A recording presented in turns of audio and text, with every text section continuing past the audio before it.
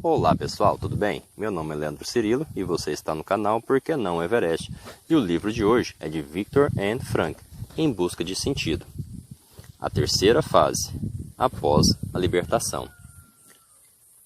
Voltamos-nos agora para a terceira parte da psicologia do campo de concentração, a psicologia do prisioneiro recém-liberto. Dada a natureza do assunto, a descrição da experiência de libertação já não poderá ser impessoal. Começamos por aquele ponto de nosso relato em que, após dia da mais intensa expectativa, tremulava certa manhã e bandeira branca no portão do campo. Essa altíssima tensão psíquica foi sucedida por uma distensão interior total. Quem pensa que nossa alegria foi geral está redondamente enganado. O que realmente aconteceu? Os companheiros arrastavam-se a passos lentos em direção ao portão do campo. As pernas mal e mal sustentam. Olham timidamente em volta, cada qual encara o outro com uma pergunta nos olhos. Dão os primeiros passos temerosos para fora do campo de concentração. Desta feita, não se ouve nenhuma voz de comando.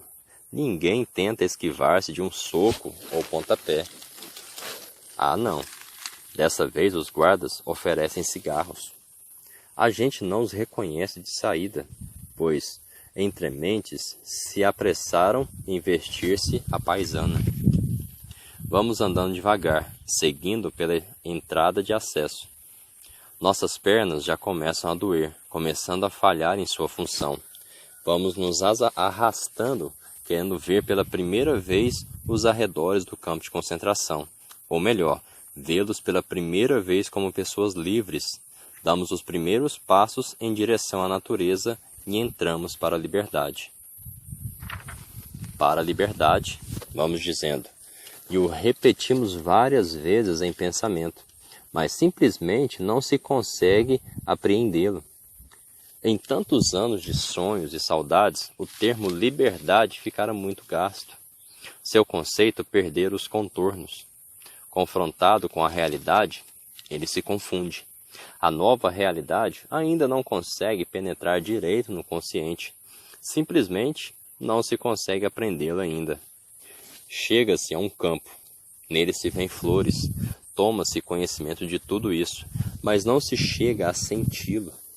A primeira centelha de alegria salta ao se perceber um galo de vistosa cauda multicor.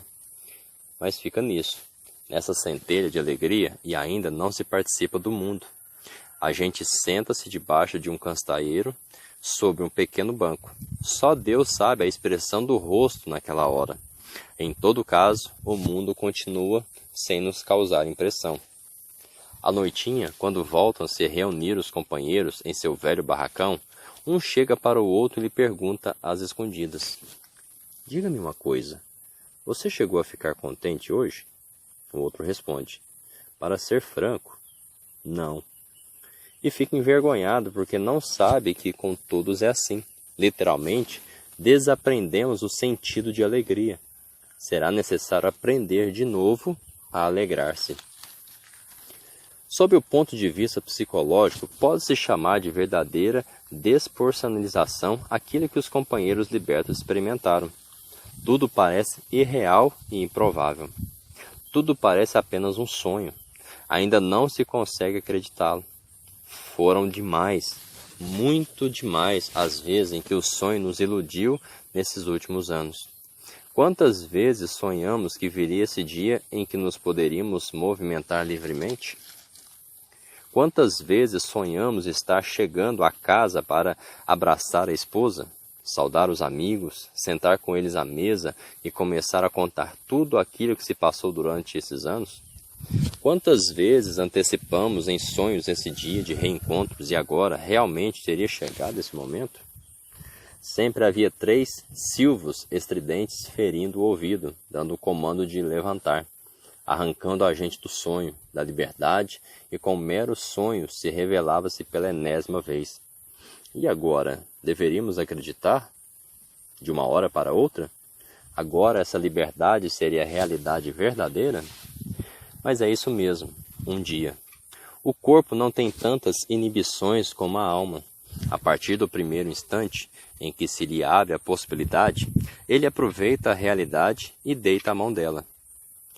Literalmente, a gente come a não poder mais, hora a fio, e metade da noite.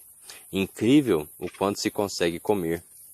Um ou outro recluso liberto é convidado por agricultores amáveis nas proximidades do campo, e então ele come e toma café, e solta sua língua e começa a contar coisas horas e horas a fio.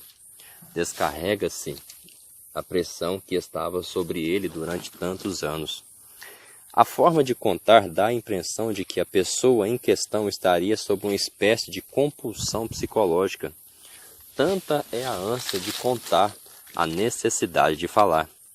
Pude observar esse momento também em pessoas que, mesmo por pouco tempo, estiveram sob a pressão muito grande, como por exemplo em interrogatórios da Gestapo. Passam-se dias, muitos dias, até que se solte não somente a língua, mas também algo dentro da gente. De repente, o sentimento abre uma brecha naquela estranha barreira repressiva que o recalcara.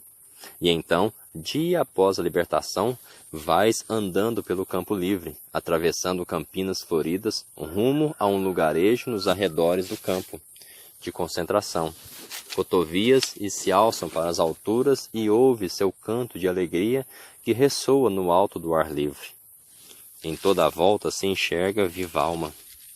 O que te cerca é campo aberto, a terra, o céu, o regozijo das cotovias e o espaço livre, nada mais. Interrompes tua caminhada neste espaço livre, paras, olhas ao redor e olhas para o alto, e te prostras de joelho. Nesse momento não sabes muito de ti mesmo, nem muito sobre o mundo. Dentro de ti apenas ouve as palavras, e sempre as mesmas palavras. Na angústia gritei para o Senhor, e Ele me respondeu no espaço livre. Quanto tempo ficaste ali ajoelhado? Quantas vezes repetiste aquelas palavras? A lembrança já não sabe dizer. Mas naquele dia, naquela hora, começou tua nova vida. Isso sabes. E é passo a passo, não de outro modo, que entras nessa nova vida, tornas a ser pessoa.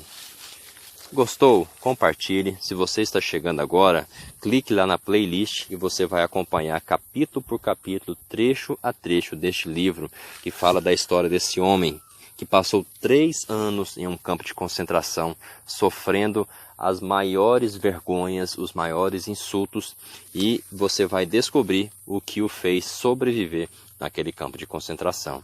Então, por isso, compartilhe, comente, mande para aquela pessoa que talvez está desanimada da vida, que você acredita que esse livro vai fazer diferença na vida dele, ok? O próximo ponto é o alívio da tensão. Um grande abraço e fique com Deus.